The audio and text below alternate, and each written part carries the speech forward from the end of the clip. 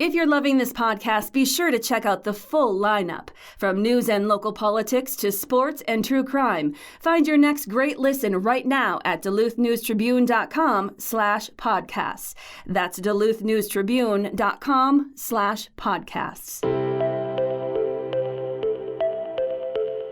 Hello, Northlanders. It's Friday, August 18th. I'm Wyatt Buckner at the Duluth News Tribune Minute, presented by Minnesota Power Employees Credit Union. The average MPECU member saves over $785 a year in better rates and lower fees. And with MPECU, every ATM is your ATM. With their free checking program, you get ATM fee reimbursements at any ATM anywhere in the U.S. Check out Minnesota Power Employees Credit Union services online at mpecu.com or visit their offices in downtown Duluth, Arrowhead Road, or Miller Trunk Highway.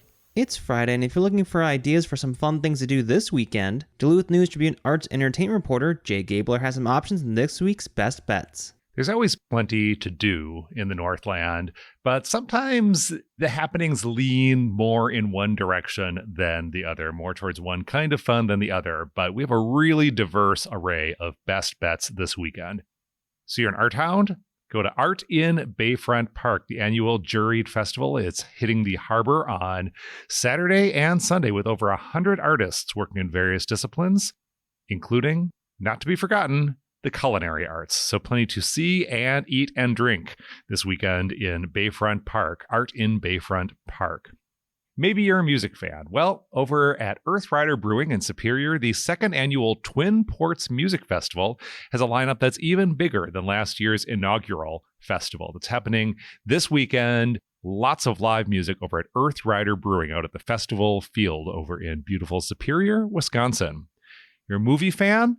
Well, Saturday night, Jurassic Park, the 30-year-old Steven Spielberg classic, is playing at the deck with a special twist. The score by John Williams, absolutely iconic, is being performed live by the Duluth Superior Symphony Orchestra. That is tomorrow, Saturday, at the deck. And meanwhile, up on Black Beach in Silver Bay, you can see a bunch of art cars. Art cars, yes, that is cars, real rolling cars that have been turned into works of art.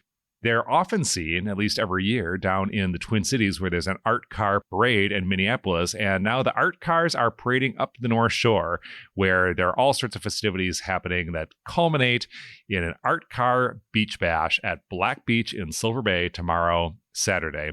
That's just the tip of the iceberg of what's going on in the Northland this weekend. I haven't even mentioned Bookstore Romance Day at Zenith Bookstore and the bookstore at Fitger's tomorrow, Saturday. You can read all about that and other best bets for the weekend at duluthnewstribune.com. I'm Jay Gabler. Now here's a look at today's headlines.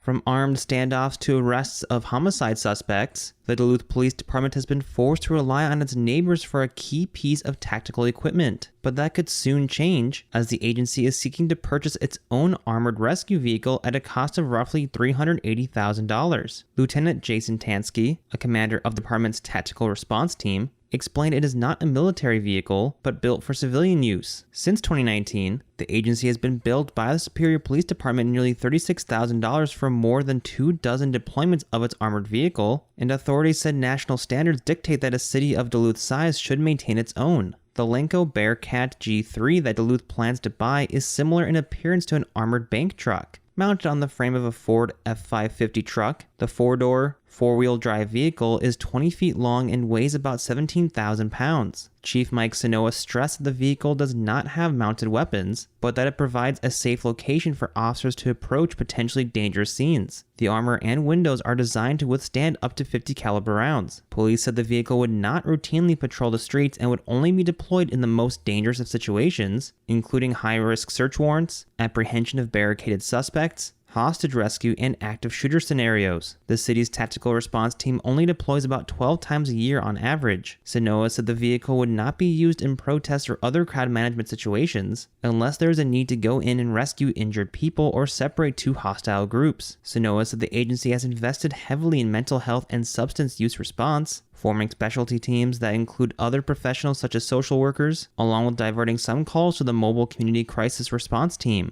Nonetheless, he said the city has seen its fair share of dangerous situations that required assistance from Superior. The vehicle was staged at a prolonged standoff in February 2021, during which K-9 Luna was killed before the suspect was fatally shot by St. Louis County deputies.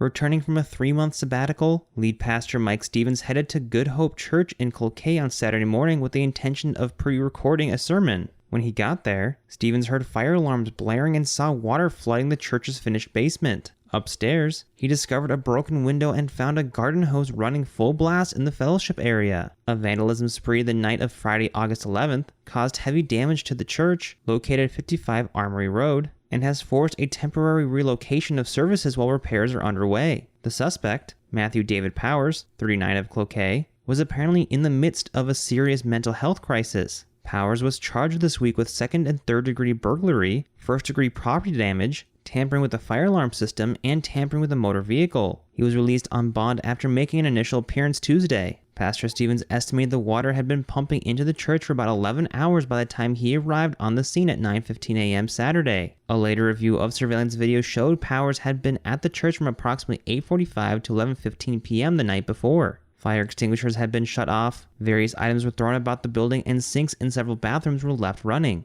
Outside, a window also had been smashed on the church van. The kitchen area was badly damaged, as water poured through the ceiling and soaked walls and floors. Electrical and plumbing systems were compromised, and the pastor was told all components of the elevator would need to be replaced. A dumpster was brought in so staff could dispose of destroyed belongings, while items deemed salvageable were being stored in locked shipping containers in the parking lot. Stevens estimates there will be a big insurance claim. In the meantime, he said the church has seen an outpouring of support from the community. Police were quick on the scene to provide assistance, and at least 7 churches and ministries offered up meeting space. The 400 to 450 congregates will have a temporary home just a few blocks away at Our Savior's Lutheran Church. Both Saturday night and Sunday services were scheduled, with Our Savior's even moving up its service time an hour to accommodate Good Hope. The space was offered for up to 3 months, Stevens said, but he hopes a speedy restoration process will allow members to return to their building in the next month or two. Now here's a look at your forecast, brought to you by the Superior Telegram's history podcast, Archive Dive. Duluth area weather for today. A little bit of smoke and haze in the air, something of an air quality issue. Should improve a little bit over the weekend, but today's going to be a little smoky. Otherwise, mostly sunny with a high right around 80, a little cooler near the lake, a few degrees warmer away from the water. South winds around 5 to 15 miles an hour. For tonight, mostly clear with a low around 60, and then we're heating things up on Saturday. Sunshine, south winds increasing to 10 to 20. That should blow some of the smoke northward a bit. High temperature reaching into the upper 80s Saturday, turning a bit cooler around 80 degrees Sunday. I'm Storm Tracker meteorologist John Wheeler. Thank you to Archive Dive for their support. The monthly history podcast, hosted by Superior Telegram reporter Maria Lockwood, dips into the archives of historic events, people, and places around Superior and Douglas County. You can find the latest episode of Archive Dive at superiortelegram.com or wherever you also get this podcast. Reporting for today's episode was done by Tom Olson and Jay Gabler.